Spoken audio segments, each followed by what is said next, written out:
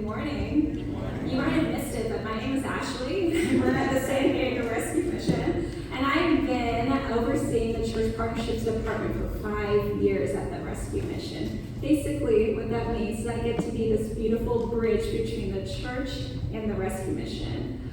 I don't know if you've been aware of recently, but there's been a huge homeless issue here in San Diego County.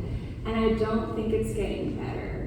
In fact, I think it's getting worse.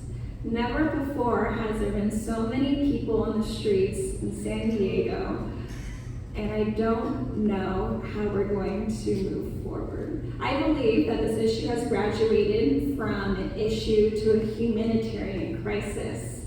And we, as Christ followers, as the church, we often feel paralyzed and not knowing what to do. And that's where the rescue mission comes in. We are on a mission to rescue God's people from homelessness. Come on now. Amen. We are a faith-based, Christ-centric program, meaning that we believe that unless you address the issues of their heart, you're never going to heal those on the streets. I would say that the government believes that homelessness is a housing issue, and I think it is in part. And the community would say it's a drug and alcohol and mental health issue, which again, I believe that is in part. But we believe that it's an issue of the heart. Until you can dig deep into the reasons why someone's on the streets and continues to be on the streets, you're never going to see full transformation. And so my goal for you all today is to walk away believing that God is in work right now. In a hopeless situation, He is doing a mighty thing. And He is using you. He's using the greater church. And He's using the hearts of believers and those on the streets to bring hope into what seems like a hopeless situation. I want you to remember how God has transformed you and to have hope that He can do it again even bigger for those who are still on the streets. So we've already read the story of John 9, the blind man, how Jesus makes this weird spit and mud mixture. Everyone knew Him as a blind beggar, but after Jesus' touch, he was transformed. And that's what Jesus does. He transforms lives. And that's why the rescue mission exists. So starting in John 9, verse 2, His disciples asked Him, "Rabbi, who sinned, this man or his parents, that he was born blind?" "Neither this man nor his parents sinned," said Jesus. "But this happened so that the works of God might be displayed in him. As long as it is day, we must do the works of Him who sent me. Night is coming, when no one can work. While I am in the world, I am the light of the world." The disciples asked, "Rabbi, who sinned, this man or his parents, that he was born blind?" They wanted to explain why there's suffering in the world. Why is there sin in the world? How are you able to justify what is happening here? And this thinking was very common for them at the time. If you look into the Mosaic Law, specifically if you look at Exodus 34:7, it is written that, "Yet He, God, does not leave the guilty unpunished. He punishes the children and their children for the sins of their parents to the third and fourth generation." Meaning, in Jewish history, my sins are going to be paid for by my grandchildren and great-grandchildren. These Jewish people took these verses to mean that suffering and sickness must be direct punishments for sin in the family line. And when the disciples asked this question, "Rabbi, who sinned, this man or his parents? Whose fault is it?" They were looking to use this blind man, this beggar, as an answer to a theological question that they were wrestling with. And I think we today are still wrestling with a similar kind of question. God, why is there suffering in the world? God, why does sin yet permeate our world? God, why does it seem like the evil prosper and the righteous suffer? God, how do we reconcile with this? And the disciples were asking the same question. We can ask the same questions for those on the streets. God, where are you in this? How can you stand by and allow your people to continue to sleep on the cold concrete each night? Whose fault is it?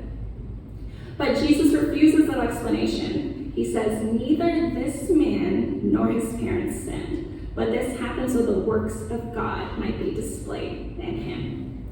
And so typically when we see some of the streets, we can kind of fill in the blanks as to what may have happened. That person's lazy, they're addicted, they have some mental health issues. There probably was some family breakdown. That person has a lot of trauma, or maybe doesn't even know how to keep a job. And I can keep going with the reasons that we ourselves assume when someone's on the streets. But what I want to focus here is on Jesus. He doesn't blame shift. Instead, he responds by saying that this happened so the works of God might be displayed in him. Instead, he calls us to see God's glory in the darkness. I want to stress here that homelessness is not a choice. No one wakes up and chooses to forego their bed and their job and their community to sleep on the streets. When you talk to someone that seems maybe a little bit resistant to help, they probably just dropped anchor. And the shame and the guilt and the sin probably just weighs so heavily on the heart that they believe that this is the best they can do. We today do not have a resource issue in San Diego. We have a relationship issue. People are on the streets today because they lack healthy relationships. For whatever reason, something happened in their life and they don't have that community to hold them and be there for them. So the question we should be asking when we see somebody on the streets is not what's wrong with you, but rather what happened to you. What's your story? How can God's glory be revealed here? They are not hopeless. Instead of looking for blame, how can we look for God's glory? Moving on into verse 5, after saying this, he, Jesus, spit on the ground and made some mud with the saliva, and he put it on the man's eyes. Go, he told him, wash in the pool Siloam. This word means sent. So the man went and washed, and he came home seeing. Jesus spits on the ground, makes some mud, and puts in the man's eyes, and he sends him to go wash in a pool. If I can pause right here, what do you think this blind man was thinking when Jesus took some dirt and some saliva and put on his eyes and told him to go and wash? What would you think? Of course, with Jewish law, this man's now unclean and he must go and wash. But I think this is what's important. Would the man still be blind if he didn't go and wash his eyes? He could have just said this was stupid and dumb and kind of gross to just wipe off the mixture. But he trusted Jesus. He obeyed Jesus. And he came back seeing. We occasionally share this message for those who walk through our doors for the first time. We sit them down in kind of an orientation and we ask them the same question. Do you think he would be blind if he didn't go and wash his eyes? Now we can guide people to water, we can journey alongside them, but each person must choose to go and wash their eyes.